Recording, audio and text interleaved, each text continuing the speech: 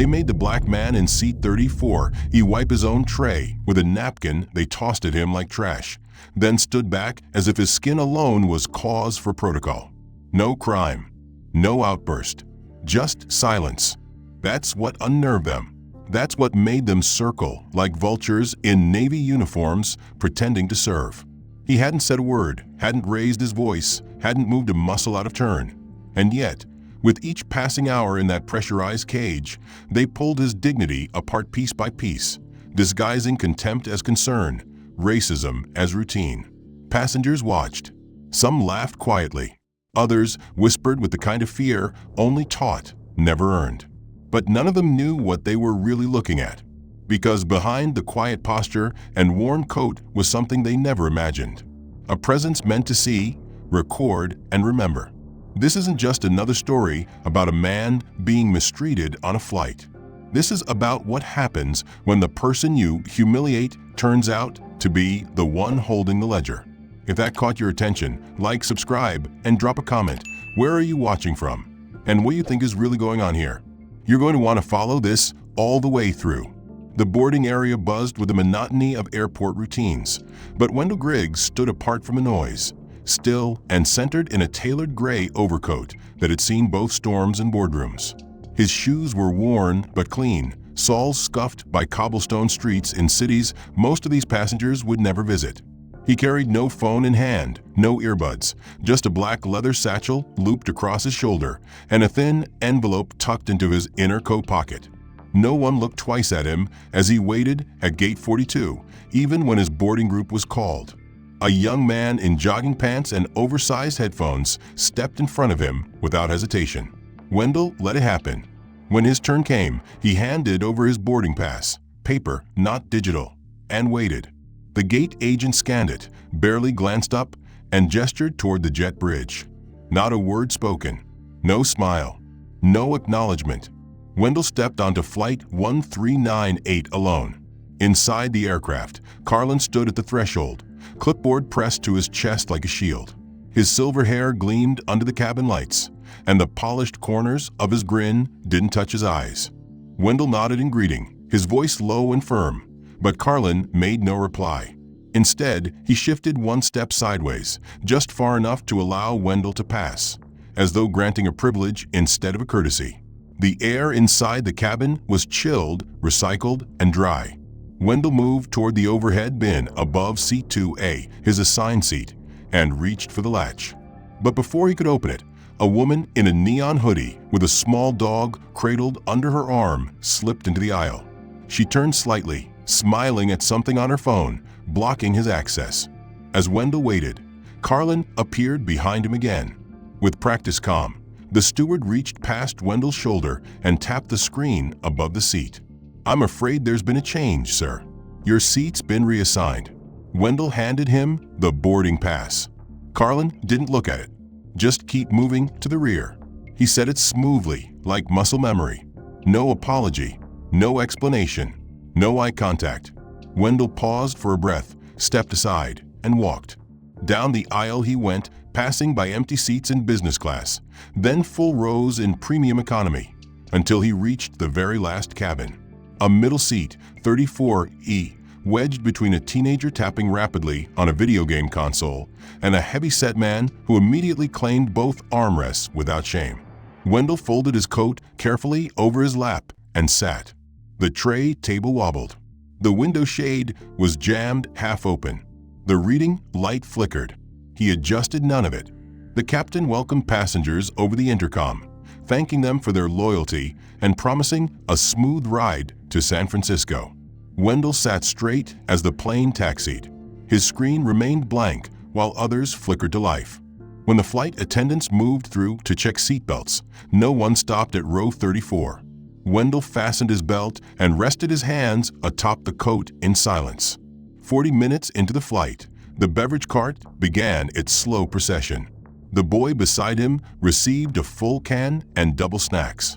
The older man beside him asked for whiskey and received 2 small bottles without charge. Wendell was handed a cracked cup filled with warm ginger ale and a napkin so it had stuck to the tray. The attendant didn't meet his eyes. He asked for ice. She didn't reply. Further down the aisle, blankets were offered to select passengers. One was draped gently across a sleeping woman's shoulders. Wendell raised his hand when the cart passed again. It moved by. No words. No notice. He lowered his hand slowly, deliberately. Later, Carlin returned, checking passenger names. He stopped at Wendell's row, tilted his head, and frowned. "Griggs, right? Looks like there was a clerical issue with your manifest entry. You weren't originally on the list." Wendell again held out the boarding pass. Carlin didn't take it. Instead, he entered something into his tablet and nodded. Lips pressed into a tight line. "Just needed to verify. You're in the right place now." With a brief glance, he moved on. Not long after, Wendell rose to use the restroom. The sign blinked red above the nearest lavatory. He waited. 5 minutes passed. No one exited. When he moved to the next one, he was stopped. "Lavatory access is designated by cabin. You'll need to return to your seat." Wendell obeyed. Moments later, a woman from 4 rows ahead was escorted to that same lavatory by a smiling attendant. When Wendell returned, his coat had fallen or been placed on the floor. A patch near the sleeve smelled faintly of ammonia, and the inner lining was damp. He didn't search for answers. He shook it out, refolded, and placed it back in his lap. Meal service began. Cart after cart rolled past. Wendell's row was skipped. No explanation. The coat on his lap, still damp, still faintly chemical, remained folded in perfect thirds, its edges aligned with military precision. The envelope in his inner pocket had not moved. It was thin but heavy, like iron sealed in paper. In the galley, Carlin leaned against a cabinet door, coffee in hand, flanked by 2 junior attendants. He glanced down the cabin toward the back rows and smirked. "Passengers like that don't belong on transcontinental flights," he muttered. The others laughed quietly, stealing looks through the curtain. One of them, a petite woman with chestnut hair pinned tightly in a twist, tapped on the tablet clutched in her hands. They'd begun a private game, tag passengers with hidden nicknames. The first-class woman in the designer boots was Glass Slipper. The man with the bad cologne and oversized watch was Oil Prince. And Wendell, the quiet figure in seat 34E, was now known as Mismatch. Not for what he'd done, for how he looked, how he sat so still, how he didn't try to fit in. The name was logged into the crew's closed chat. When beverage service resumed, they passed his row again. This time, they handed him a half-frozen bottle of water with no cup and a single packet of salted crackers. The same junior attendant lingered just long enough to notice the dark circles under Wendell's eyes before retreating with a half-smile. As the service cart rolled forward, Carlin turned back and whispered, "Watch this." He pulled an unopened blanket from a service bin and tossed it carelessly over a sleeping child 2 rows up, then announced, "Last of the blankets, folks." "Sorry." Wendell glanced up but said nothing. Hours passed. The cabin darkened further as most passengers closed their windows or reclined in attempts to sleep. Wendell remained upright. The game console buzzed louder beside him, and every now and then, the heavy man's arm would drop further across Wendell's lap. The armrest became meaningless. In the front of the aircraft, Carlin entered the flight log. A report had been filed, he claimed, regarding a passenger in economy allegedly making other guests uncomfortable by staring too long. The entry was vague but deliberate. A paper trail, a defense mechanism, a threat. 10 minutes later, Carlin stood in front of row 34, holding a form. His tone was polite but stern. "Passenger Griggs, just a quick formality," he said. "Security compliance document. Just need your signature." Wendell looked at the paper, read it carefully, then slowly signed his name. Carlin took the clipboard back with an expression that didn't quite hide his victory. The paper was blank on the reverse side, save for one phrase printed in light gray: "Compliance monitored." 3 rows ahead, a middle-aged man in a sports jacket looked back, gave Carlin a nod, and grinned. The stewardess, who had passed Wendell earlier, returned once more. She handed out warm towels to nearby passengers, stopping at row 31, then row 33. When she reached Wendell, she paused. Her hand hovered over the stack of towels, then moved past him. She turned to the next row. The gesture was small but intentional. A pattern. The boy beside Wendell noticed and laughed quietly. He muttered something that Wendell didn't respond to. Eventually, the boy's mother appeared from another row, called him back to his original seat, and left Wendell sitting alone again. The noise disappeared, but so did the only sliver of humanity he'd experienced during the entire flight. With the seat beside him empty, Wendell finally moved his coat into the space. He didn't relax. He didn't recline. He stared ahead. Carlin and the crew had returned to the galley, their conversation growing more confident now. The junior attendant asked about Miss Smatch again, suggesting he might be a stowaway. Carlin laughed. Or a last-minute miles upgrade from someone else's canceled ticket, he added. Either way, he's doing a great job pretending he belongs. They all laughed again. Another attendant, this one older and less amused, didn't join in. She glanced down the manifest, then back toward the rear cabin. Her brow furrowed slightly. But she said nothing. Silence was safer. She returned to wiping down the espresso machine, avoiding eye contact. At the front of the cabin, the man in the sports jacket, who had nodded earlier, walked into the cockpit under escort. He returned minutes later with no explanation. When he sat back down, he reached under his seat, removed a small briefcase, and passed it to the row behind him.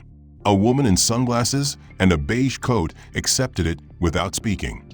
It was subtle, quick, but Wendell saw it. His eyes, the only part of him that moved, tracked the transfer. Then they returned to the tray table. He adjusted the edge of the napkin, lined it up with the corner of the tray, and folded his hands. The flight began its descent into hour 4. The cabin cooled slightly, and more passengers began to sleep. The screens flickered through dull movie previews, and the lights dimmed to night mode. Too quiet, too reserved, too confident in a way that didn't beg for approval. And in a cabin structured by hierarchy and expectation, that silence was defiance. Carlin wanted a reaction, not rage, not confrontation, but a slip. Something to write down, something to confirm what he already believed. So they manufactured an offense. It began subtly. The manifest had already been updated with a fabricated behavioral flag, possible passenger conflict, monitor. With that note in place, it gave the crew wide latitude to interpret normal behavior as threatening. When Wendell reached under his seat to retrieve his pen again, Carlin watched intently. A whisper was passed to another attendant that he had been reaching too quickly, too often. The term they used was erratic. A few rows up, a passenger was briefed discreetly. A mother with 2 children was informed that the man in row 34 had been asked to remain still for safety reasons. They used the phrase random inspection. When the woman glanced back and saw Wendell sitting calmly, she frowned, then clutched her children's hands tighter. The perception had been planted. Wendell, unaware of the narrative growing around him, asked a simple question when the next attendant passed. "Do you have aspirin?" He spoke softly, directly, without complaint. The attendant returned 5 minutes later with an empty packet, said they were out, but informed Carlin that the passenger had spoken with a sharp tone. Carlin smiled as he noted it. Aggression noted during service denial. Another piece of paper. Another layer of fiction. 40 minutes later, as the lights dimmed and tray tables were cleared, Carlin approached row 30 for holding a digital scanner. He scanned the seat ID first, then turned it toward Wendell's face without asking. The scanner blinked red. Carlin paused for effect, then tapped it once and sighed as if burdened. "You're not in your assigned seat," he said. Wendell opened his coat, removed the boarding pass, and offered it. Carlin glanced at it, pretended to frown. He told Wendell to remain seated while he checked with the captain. He walked away briskly, stopping at row 21 to confer with another flight attendant. From their vantage, it appeared official. Carlin returned and said, "You're good, it was just a data misalignment." But his voice was louder than it needed to be. A few passengers nearby turned their heads. Misinformation seeded with precision. That night, turbulence began to jostle the cabin. Seatbelt signs lit up again. Passengers settled. and Carlin saw his opportunity. He returned to Wendell's row, steadied himself against the seatback, and said that a formal complaint had been received. Another passenger, he claimed, reported discomfort caused by Wendell's prolonged stares. The accusation was vague. Wendell remained quiet. He nodded once. That reaction was logged. No denial, no protest. Passive-aggressive acknowledgement, Carlin wrote. As the flight entered mild turbulence, the cart returned. Wendell was offered a meal in a cold plastic tray with no drink and no utensils. When he asked for cutlery, the attendant hesitated and then returned with a broken fork and no napkin. The act seemed almost childishly vindictive. A plastic knife with a jagged edge was tossed into the tray with a flick. Wendell looked down, examined the utensils, and placed them to the side. He didn't eat. That abstention, too, was noted. Refused meal, possible emotional instability. Meanwhile, Carlin had whispered to the passenger behind Wendell, a man in his 50s wearing a rumpled button-down shirt and expensive headphones. The steward leaned close and said the quiet man up front had been redirected from first class for acting suspicious. The headphone man gave a snort and muttered something crude about upgrades being wasted. That comment made its way back to Carlin, who grinned. The plan was working. The collective assumption that Wendell didn't belong was now becoming law. A new voice entered the game. One of the attendants radioed the flight deck and asked if a security form should be prepared in advance. No names were mentioned, but the implication was made. The co-pilot responded with a cautious maybe. Procedures were followed. A printed form labeled Passenger Disruption Protocol was quietly prepared and left in the crew station. Wendell adjusted the vent above his head. The air grew colder with altitude. He didn't speak. He didn't react. But he felt it, the tightening coil of unseen scrutiny. Every movement was being watched through a false lens. His presence wasn't just unusual now, it was suspicious by design. Carlin and the crew passed by multiple times. They never spoke again directly. But each time they walked past, a new phrase was added to the incident log. Failure to engage, continued pattern of avoidance, exhibits discomfort-inducing behaviors. All of it built a case that had no truth. And still Wendell said nothing. He sat perfectly still, watching the edge of the seat in front of him, the seams in the leather, the pattern of scratches near the tray latch. Behind him, the woman who had been warned earlier pressed the attendant button. And in the eyes of people like Carlin, that was more dangerous than disruption. Carlin leaned against the galley partition, arms folded, watching Wendell with the studied interest of someone lining up a target. The manufactured offense from earlier hadn't been enough. They needed something visible now, something irrefutable, something to justify the picture they had already painted of him. He called over the chestnut-haired attendant, whispered something short, and nodded toward the back.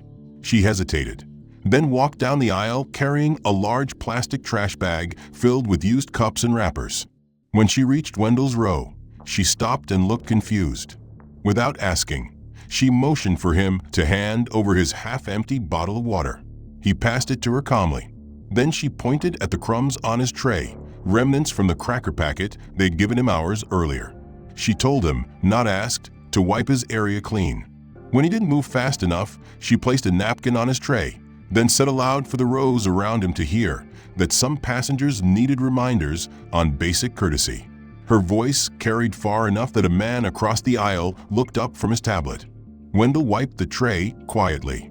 She took the napkin back with exaggerated care, dropped it into the trash bag, and walked away without another word. 10 minutes later, Carlin came by and leaned over his seat again. He held up a safety pamphlet, the kind tucked into every seat pocket, and pointed to a highlighted line. Non-compliance with crew instructions may result in detainment. He said it calmly, not accusingly, but with a tone so practiced it sounded bored. Wendell said nothing. He folded the pamphlet and placed it gently into the pocket in front of him. Carlin made another note on his tablet and walked away. Across the plane, whispers had begun to grow into assumptions. A middle-aged woman who had been eyeing Wendell for an hour muttered something to the passenger beside her about security concerns. The word threat was used once, not shouted. not panicked, just slipped into conversation like it belonged there. At the front of the aircraft, the man in the sports jacket, now referred to among the crew as the observer, received a quiet update from Carlin. The note included phrases like ongoing behavioral monitoring and prepared response protocol. A document was printed, then folded into an envelope and placed under the cockpit door. It was labeled Incident Pre-Alert. Back in row 34, Wendell reached into his bag and removed a book. It was worn and thin, its cover a deep brown faded by years of use. He opened it and began reading, though his eyes drifted. The words were steady, but his focus had fractured under the slow, systematic stripping of his humanity. The book gave him something to do, something other than wait for the next humiliation. The lights dimmed further. The cabin shifted toward sleep. People reclined, snored, watched movies in silence. Wendell remained upright. The coat stayed on his lap. His posture stayed the same. That refusal to yield physically had now become their fixation. They called it unnatural. One attendant whispered that he might be medicated. Another suggested he could be hiding something under his coat. Carla nodded and said only we'll find out. At the two-thirds point of the flight, the turbulence returned. Mild but persistent. It gave the crew another excuse. Carlin announced over the intercom that random seat checks would occur for safety compliance. Wendell's was the first checked. The attendant who approached him wore gloves, unnecessary for a check like this, and requested that he stand. He complied slowly, carefully, making sure every movement could be seen and interpreted correctly. She lifted his coat from the seat beside him and pretended to inspect the cushion. When she found nothing, she placed it back carelessly, flipping it inside out. The embroidered crest near the collar became visible for the first time. Two wings cradling a sun. She didn't notice. Wendell did. He flipped the coat back over without comment. The attendant returned to the front and marked the seat as cleared, but noted that the passenger had refused eye contact and displayed unusual posture during the interaction. Another mark on the log. Another lie, recorded with cold confidence.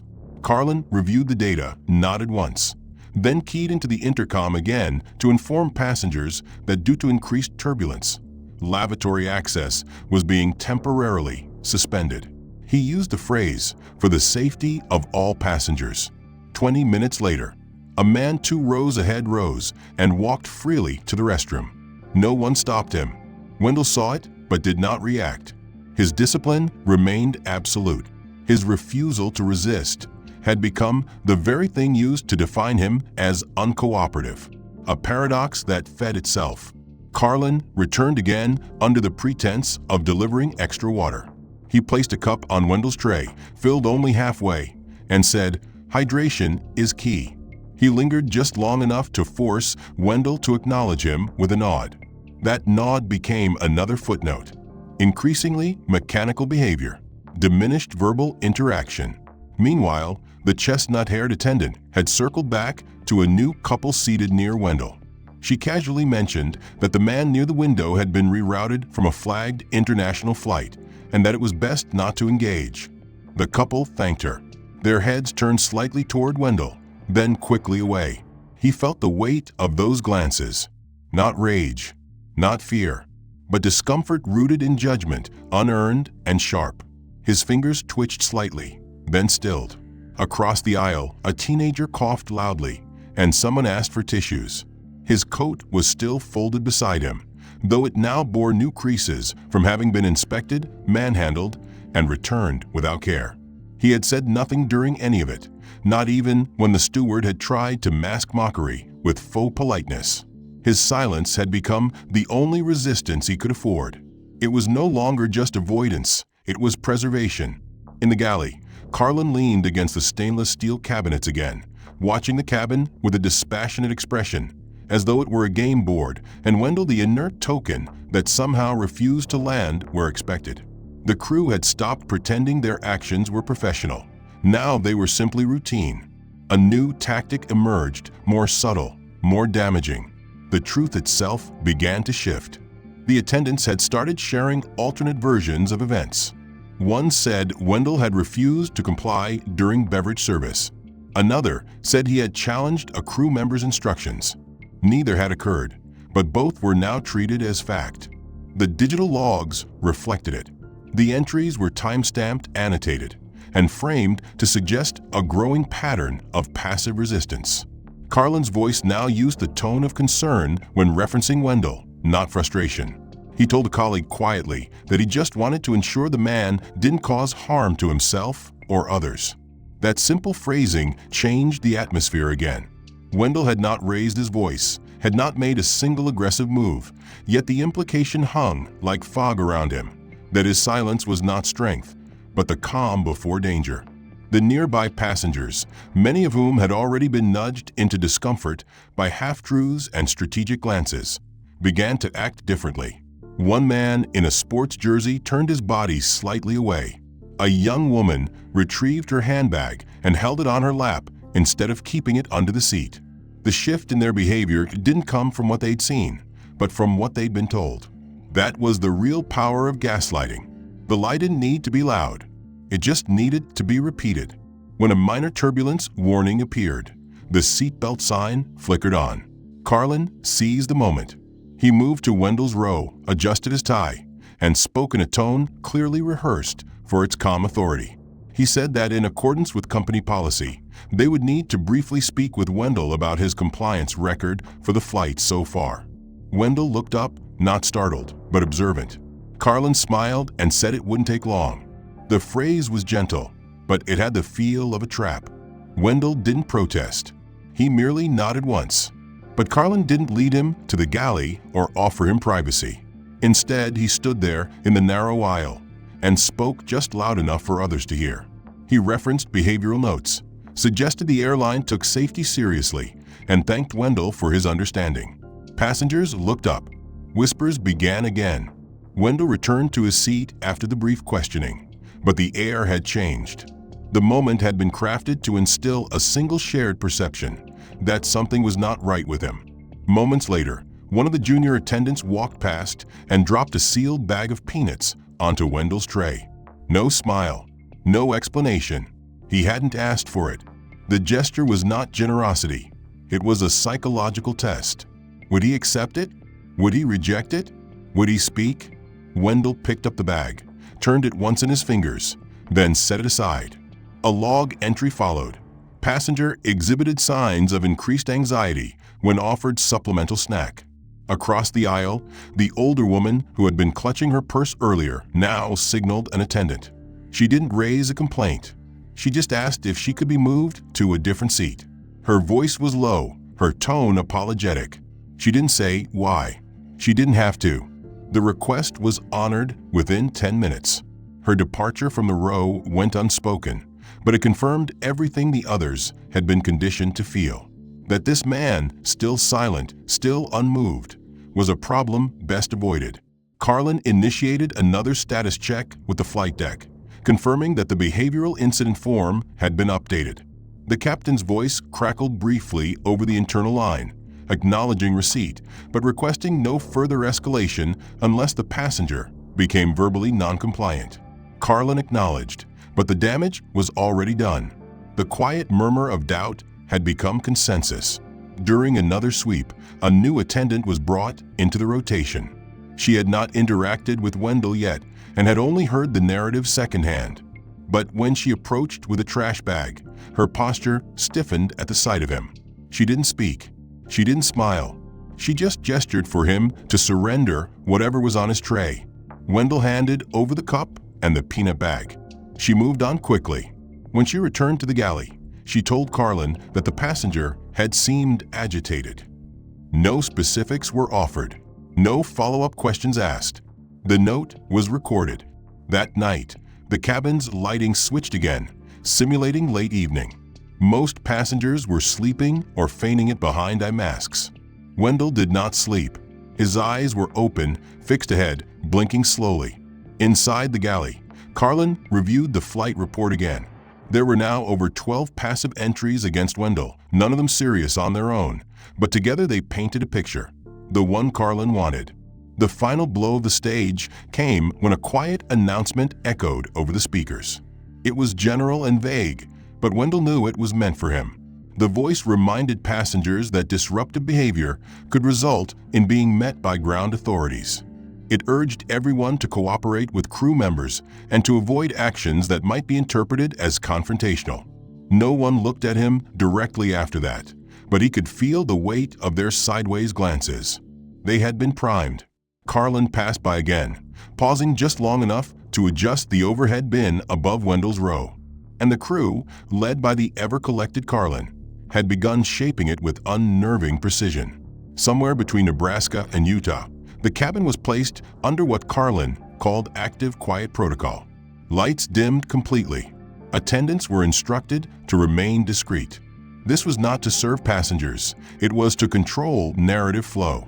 In this lull, free of announcements or movement, suspicion turned inward.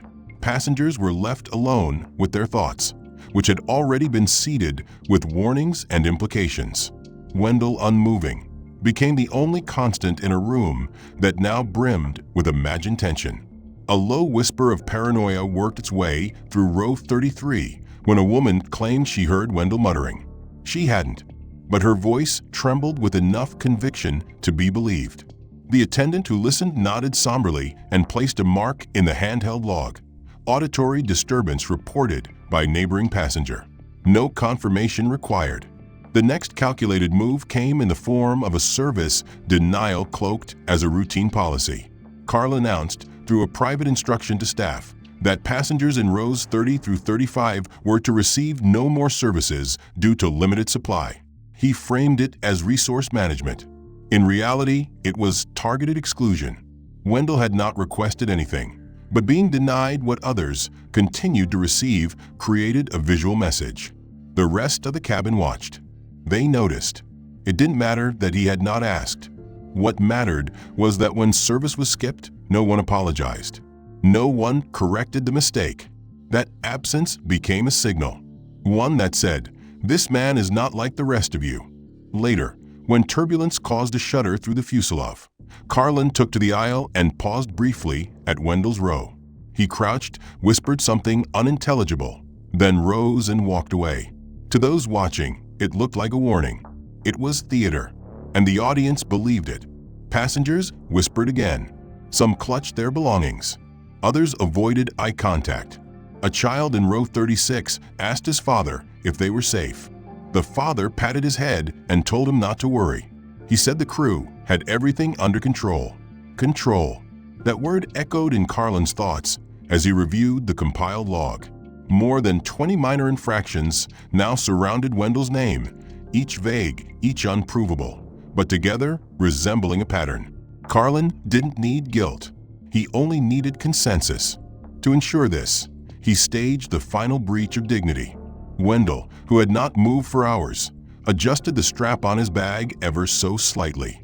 It was enough. An attendant appeared and asked him to open it. Wendell looked up, surprised but not shocked, then slowly unzipped the top. Inside was a paperback, a worn notepad, and a sealed envelope. The attendant picked up the envelope, read no markings, then returned it. Nothing was taken. No apology was offered. When the search ended, the attendant made no announcement, but she walked back up the aisle and whispered to Carlin. A form was updated. Log entry. Passenger bag searched due to discreet observation of potentially concealed items. No materials of concern found. Subject non-reactive. The phrase non-reactive was now being used like an accusation. After the search, Wendell resumed his posture, but something had changed. The tension in his shoulders had grown taut. His knuckles whitened slightly, not in anger, but in restraint. His silence was no longer about choice. It had become the only defense he had left. And yet, they were not finished. Carlin initiated one final maneuver, one designed to shatter whatever quiet control Wendell had managed to preserve. The lavatory nearest his row, normally marked for shared use, was suddenly marked as inoperative. A bright orange sign was taped across the door. Wendell observed it, expression unchanged. Moments later, A flight attendant walked a passenger from row 28 past the sign and unlocked the door. Wendell watched. The passenger entered. The sign was removed afterward. He had seen the performance. They wanted him to see it. They needed him to understand that the rules didn't apply to him. They wanted the humiliation to be complete. Still he did not speak. Still he remained upright, even as the man seated beside him shifted further into his space, even as another attendant dropped a tray too hard onto his knee and walked away without acknowledgement. Wendell held his position, but his eyes no longer drifted. They now stared forward, unblinking, fixed on the seat ahead like it was the only stable structure in a world that had turned sideways. In the front galley, a new conversation began. Carlin and two other attendants reviewed a decision matrix, one used only in incidents involving mid-flight behavioral escalation. They debated phrasing. They considered timing. Should an announcement be made? Should they pre-alert authorities on landing?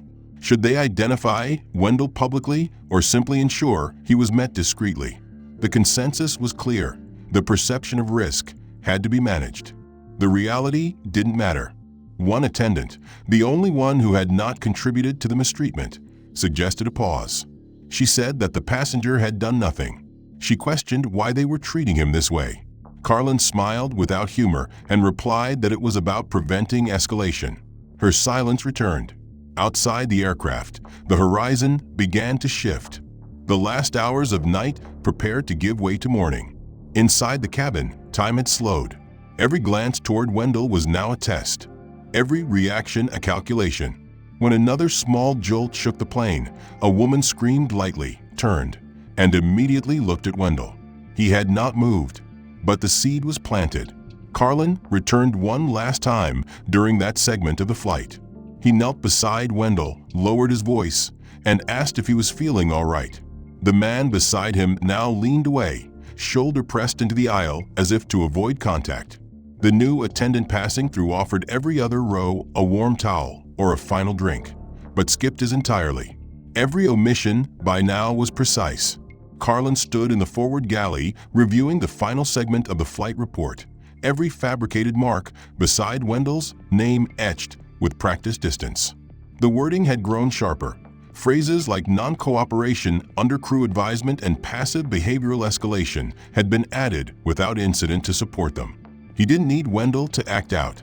He only needed him to remain just quiet enough for everyone to believe he might be planning something. The decision had been made hours ago, but now it was formal. Ground escort requested. Behavior logs submitted. Passenger designated for post-flight screening. The captain had been briefed. The crew had been prepped, and none of them questioned it. Their evidence wasn't truth. It was a stack of moments bent into a story. They had bent Wendell into that story. At 38,000 feet, narrative mattered more than fact. But Wendell had known it would come to this. The envelope had remained untouched not out of hesitation, but because it wasn't meant to be protection. It was precision. It was timing, and the time had almost arrived. A soft chime sounded overhead as the cabin prepared for final approach. Seat backs upright, tray table stowed. The same ritual repeated by voice and gesture, but the tone was different this time. Nervous, controlled, anxious, though veiled in formality. Carlin walked through with his final inspection, pausing briefly at row 34. He didn't speak. He only looked. The look was careful, the kind given not to a man, but to an object of risk. Wendell returned his gaze, calm, unblinking. He nodded once. Carla moved on. That nod was logged. A code word had already been whispered from steward to steward. Package quiet. It meant the target hadn't reacted, hadn't escalated, hadn't responded to pressure. That made the situation unpredictable. The final 20 minutes of descent were a blur of routine. The fasten seatbelt sign blinked back to life. The landing gear groaned as it unfolded into position. The woman across the aisle clutched her bag to her chest, her eyes darting once in Wendell's direction, then snapping away as if eye contact might trigger something. It was not hate. It was manufactured fear. She had no idea why she feared him. She only knew the room had told her to. As the wheels touched down, Applause broke out in scattered sections of the cabin. Not from joy, from relief. It wasn't the flight that had made them tense. It was the narrative, the fiction they had swallowed whole, and it was about to be challenged. The aircraft taxied into position at Gate B12. Jet bridge arms unfolded and locked into place. Passengers stood, gathered their belongings, stretched. But Carlin moved to the intercom and politely asked that passengers in rows 30 through 35 remain seated for a few extra minutes due to a minor operational request. The words were familiar. The subtext was not. Row 34 did not move. Wendell remained seated, the envelope now in his hand, his fingers tightening slightly as he waited. The man beside him had frozen with his seatbelt already unclasped, one hand on the armrest. Carlin walked down the aisle with a practice calm. Two uniformed agents stepped onto the aircraft through the front. Their presence was professional but quiet. They weren't here for drama. They were here for confirmation. Carlin gestured subtly toward row 34. That one. The quiet one. Agents approached. Passengers turned to watch. Faces flushed with the electric thrill of being near something about to go wrong. Carlin stood behind the agents, already preparing his version of the incident for their ears. That's when Wendell stood. He moved slowly, deliberately, not rushed, not panicked. He turned to face the agents, the envelope held firmly in his left hand. One agent held out a palm, cautious. Wendell extended the envelope, unfolded it with his right hand, and opened it before them. Inside was a single document. It was not loud. It was not dramatic. But it changed everything. The seal at the top bore the emblem of the Federal Aviation Administration. Beneath it, the name W.J. Griggs was typed in clear bold letters, followed by a title that did not belong in Seat 34E, Senior Regulatory Investigator, Civil Air Transport Oversight Division. One of the agents scanned it quickly, eyebrows narrowing, then widening. Carlin leaned in to glance at the document. The blood drained from his face. The agent turned. "Sir, is this accurate?" Wendell nodded. His voice, when it finally came, was low, calm, and without malice. "You may want to review the updated flight manifest." The other agent stepped back, reached for his tablet, checked the server, and found a private listing not available to the crew. His eyes flicked up. It was there. The document matched. Wendell Griggs had been listed under restricted oversight status. His presence on the flight had been deliberate, anonymous, intended to observe protocol. What he had observed had become something else entirely. The agent looked to Carlin, who now stood pale, mouth slightly open. He stammered, said something about miscommunication, confusion, policy breakdown. Wendell didn't answer. He simply gestured to the agents. "If you would be so kind." The agents turned. Their tone changed. Authority shifted. Carlin was asked to follow them to the forward galley. The request was professional, but everyone understood. It was not optional. They weren't there to escort a suspect anymore. They were there to protect a senior federal official from the consequences of mishandled authority. Behind them, the cabin pulsed with the aftermath of collective error. Carlin stood just behind the curtain divider, no longer in command. He held the manifest against his chest like it might protect him, the digital tablet now a burden instead of a weapon. The younger crew members stood silent at their stations, their uniforms too crisp, their faces suddenly too pale. Their game had been exposed, and the stakes they never imagined now closed around them like a sealed hatch. The captain, alerted through the crew's private channel, emerged briefly from the cockpit to speak with the agents. Wendell waited a moment outside the aircraft doorway, allowing the interaction to conclude. There were no accusations yet, no raised voices, only procedure unfolding at a pace dictated by Wendell's presence. When the agents signaled him forward, Wendell gave a short nod. Then, instead of continuing down the terminal toward baggage claim or the nearest lounge, he turned, slowly, deliberately, and stepped back into the aircraft. A pause swept through the remaining crew and passengers. His return was not expected. His re-entry was not requested. It was a choice. And in that moment, it signaled that the time for observation was over. Now came accountability. Wendell moved past the frozen stairs, past the row, where he had sat for 6 hours in manufactured discomfort. He stopped near the forward galley, met the captain's eye, and asked a single, clear question about the post-flight crew report. The captain, flustered but trained, offered a clipped response, clearly coached in procedural language. Wendell raised a brow slightly and turned toward Carlin. There, for the first time since boarding, he allowed the silence to break, not with rage or condemnation, but with a series of pointed, detailed inquiries that peeled away the protections Carlin had relied on. He asked why the manifest had been altered after boarding. He asked why the service record for 34E contained false notes. He asked why personal discretion had replaced protocol at every turn. Carlin fumbled, his voice losing its polish. He offered vague explanations about policy, misinterpretation, fatigue. Wendell listened without interrupting. The agents watched, recording everything. Their body language now aligned with Wendell's authority. Every excuse Carlin tried to offer came apart under the weight of Wendell's calm. He didn't need to accuse. He didn't need to raise his voice. He asked questions that revealed what had already been done. Then he requested access to the flight's internal incident log, specifically entries associated with his row. One attendant hesitated. The others didn't move. Wendell looked to the captain again, and this time the log was produced. He took it without ceremony, scanned the entries as the silence deepened around him. Each line confirmed what he had endured: noncompliance, behavioral monitoring, refusal to engage.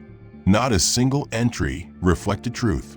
Not one note mentioned that he had sat quietly, responded when spoken to, offered no disruption. He asked if any passengers had submitted written complaints. The crew admitted none had. The implication was clear. The case against him had been built entirely from crew perception, and that perception had been shaped by bias, not evidence. When he closed the log and handed it back, he asked a final question: who initiated the decision to downgrade his seating? Carlin swallowed hard. His voice cracked slightly as he admitted he had authorized it. Wendell nodded once, as if checking off a final box. Then, with the agents at his side, he addressed all crew members present with a quiet declaration. All further discussion would be documented under official review. The expression on their faces said everything. They knew what came next. FAA review did not mean delay. It meant submission. It meant interviews. It meant reports that followed their careers. Wendell exited the aircraft without another word. But he didn't disappear. Outside the gate, two individuals in suits waited beside a quiet operations desk. They greeted him not as security, but as staff. He handed the envelope over to one, nodded to the other. The protocol had already begun. Within minutes, Carlin was called into a private room near the gate. The junior attendants followed one by one. Passengers who had reported or observed crew behavior were asked to remain available for brief interviews. The atmosphere shifted from mild confusion to collective discomfort. Those who had laughed, those who had watched silently, those who had played along with the fiction, all of them now faced the undeniable truth that the man in the back hadn't just been watching. He had been measuring, recording, assessing the entire structure they thought would never collapse. In a conference room beneath the terminal, a review officer uploaded the incident log into an internal system. A digital profile for Wendell Griggs populated instantly, showing his clearance level, past investigations, his role as a covert compliance auditor on select domestic and international flights. This wasn't his first assignment. It wouldn't be his last. But this one had crossed a line few others had. The abuse had not been incidental. It had not been driven by the panic of circumstance or the stress of an emergency. It had been casual, intentional, built from assumptions that no one had questioned. That made it different. That made it dangerous. Wendell remained seated in the operations lounge for nearly 2 hours after disembarking, not because he had to, but because his presence was part of the process. The crew would see him every time they walked past. They would understand he hadn't vanished like a problem solved. He had taken a seat in the system they thought they owned. A quiet seat, yes, but one with more gravity than their entire report could hold. The email subject line read initial notice of review, proceedings flight 1398. He clicked it, scanned the language, and felt his stomach sink. It was not an inquiry. It was a formal notice. His name appeared twice in the summary of observed misconduct. The phrases used were exact: deviation from standard service protocol, falsification of onboard incident records, willful neglect of passenger dignity under Article 7. That last part hit hardest. Article 7 referred to the dignity clause, the one no crew member ever really thought about because it was rarely invoked. But Wendell had invoked it, and that meant someone was going to be held responsible. Carlin wasn't alone. Each crew member who had contributed to the string of manipulations, omissions, and false statements received a similar notice. The language varied depending on the severity of their recorded actions, but all included the same final sentence. Your participation in this matter requires mandatory cooperation under threat of license suspension. Carlin tried to breathe through the rising pressure in his chest. He told himself it would blow over, that there were worse incidents, bigger scandals, more public mistakes. But then came the request for the cabin logs, the real ones. Not just the entries submitted during the flight, but the data tracked through internal surveillance, timestamps of movement, audio flags, service delays, and digital records of crew communication. The system Wendell had spent years helping design to ensure crew accountability had been active that day, quietly recording behind every smile and slight. And now it was being accessed by auditors who did not rely on storytelling. The crew had built a narrative, but the system had built a record. In the week that followed, Carlin and 2 other attendants were placed on administrative leave pending formal interviews. Their union representatives made inquiries, pushing back against what they called disproportionate reaction. But they had no leverage. This was not a case of miscommunication. This was procedural betrayal. Wendell's report had included exact timestamps of service denial, fabricated remarks, and unjustified behavioral assessments. He had annotated where water had been withheld, where fabricated behavioral notes appeared, where false statements had been logged to crew management. He had named no one emotionally. He had simply stated the facts. That made it worse. There was nothing to argue with. There was only the record. The airline's legal team met with the FAA's Compliance Division in a quiet session closed to public record. There, they offered acknowledgement, but asked for leniency. The FAA's response was measured and clear. They would not pursue public discipline, but internal accountability would be enforced. That enforcement came quickly. Carlin's supervisor informed him by phone that his senior route privileges had been suspended. He would be reassigned to domestic short hauls pending review. No more transcontinental flights. No more seniority-based scheduling. His badge clearance had been adjusted. And if the full disciplinary board found misconduct in the final ruling, his license could face a multi-month suspension with mandatory retraining. The younger attendants were assigned to remedial ethics training, not just once, but as part of a permanent quarterly schedule. Their performance files were marked with oversight review flags, which meant future promotions would require multiple clearances. The airline's internal crew management handbook was revised to include new standards for anonymous passenger assessments, with special focus on compliance officer recognition and implicit bias training. Every crew member received a bulletin.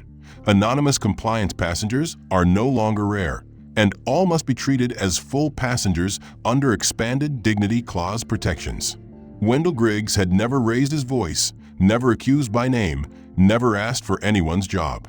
But by simply remaining seated, observing, and recording, he had become the consequence they never saw coming. In the days that followed, an informal conversation spread among crew communities.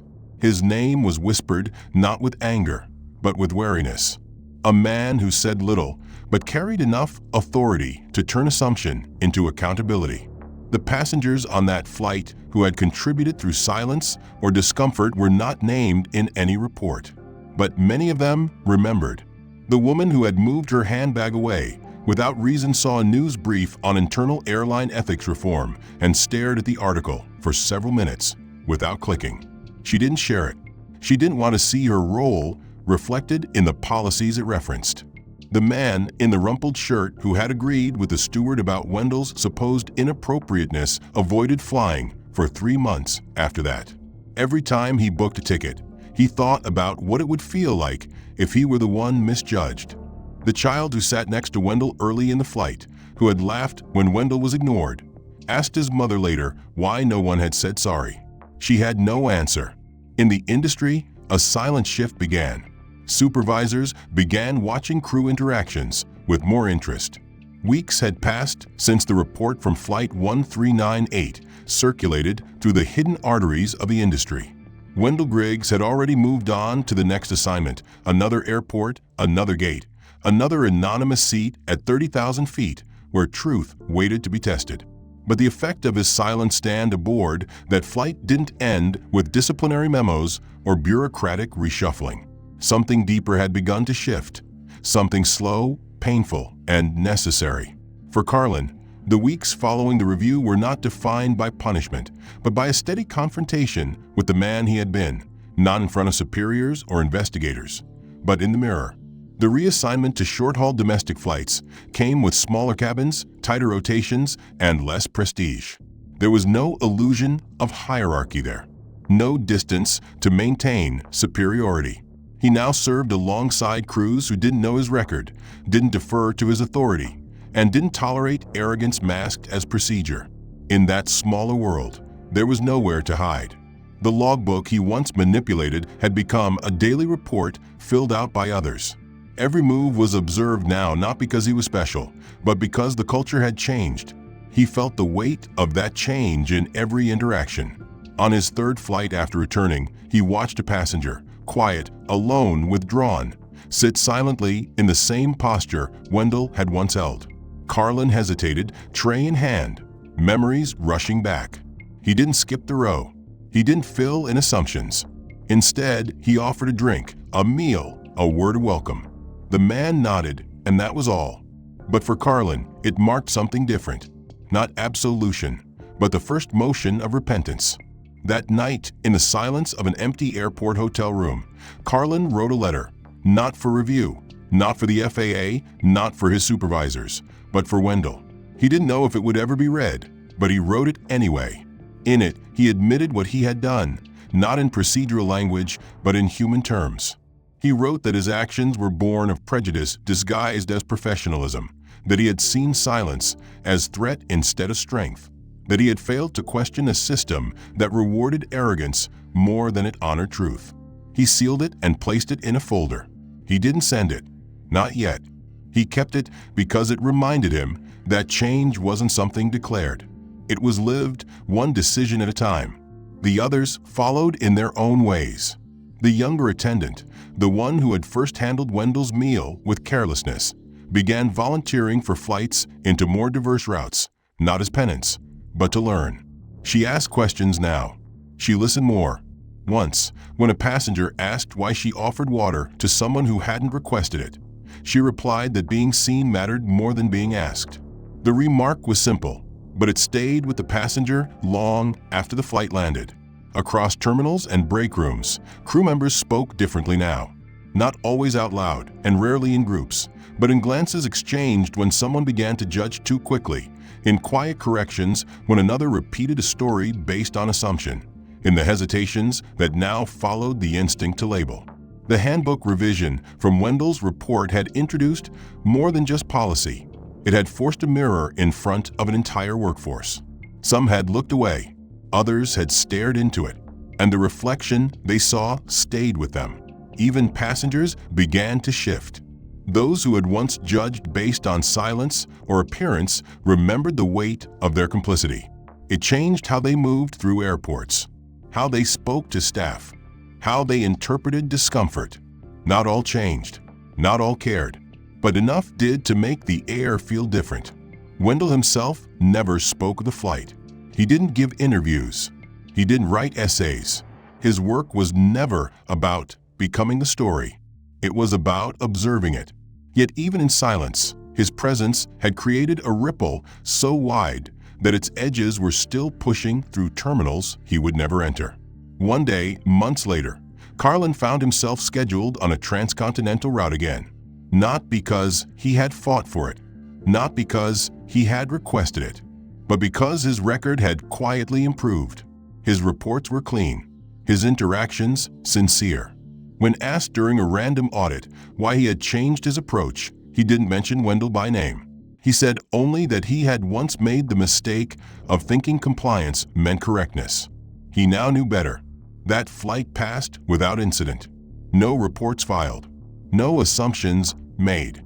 A small child spilled orange juice onto his tray and cried, and Carlin knelt down, wiped the tray, and smiled. The mother looked surprised, and he offered her an extra napkin, saying gently that sometimes we all just need help cleaning things up. It wasn't profound, but it was honest, and it was real. In a different terminal on the same day, Wendell boarded a smaller plane, destination unknown to all but him and the compliance database. He carried no envelope now. There was no need. He had proven that silence can hold power, that dignity, when maintained through humiliation, can expose the systems designed to strip it. He took his seat, not in first class, not in the back, just wherever he was assigned. A steward passed him by and smiled, not out of recognition, but without condescension. A real smile. Wendell nodded once, accepting the gesture, and opened his book. Outside, the sky unfolded into morning light. The engine stirred. Another flight began. But somewhere deep in the system that had once overlooked him, a message remained carved into the structure. That justice is not always loud. That dignity is not weakness. That to see a man clearly, one must first look without expectation. And that sometimes the most powerful change begins when the world finally hears what silence has been trying to say. The end. If you've made it this far, thanks for being part of the journey. If the story resonated with you or made you think, consider liking and subscribing to support more narratives like this one. I'd love to hear your thoughts. What did you think of the plot twists and character evolution? Which moment hit you the hardest? And where are you watching or reading from? Drop a comment below and let's talk about it. Your feedback helps shape future stories.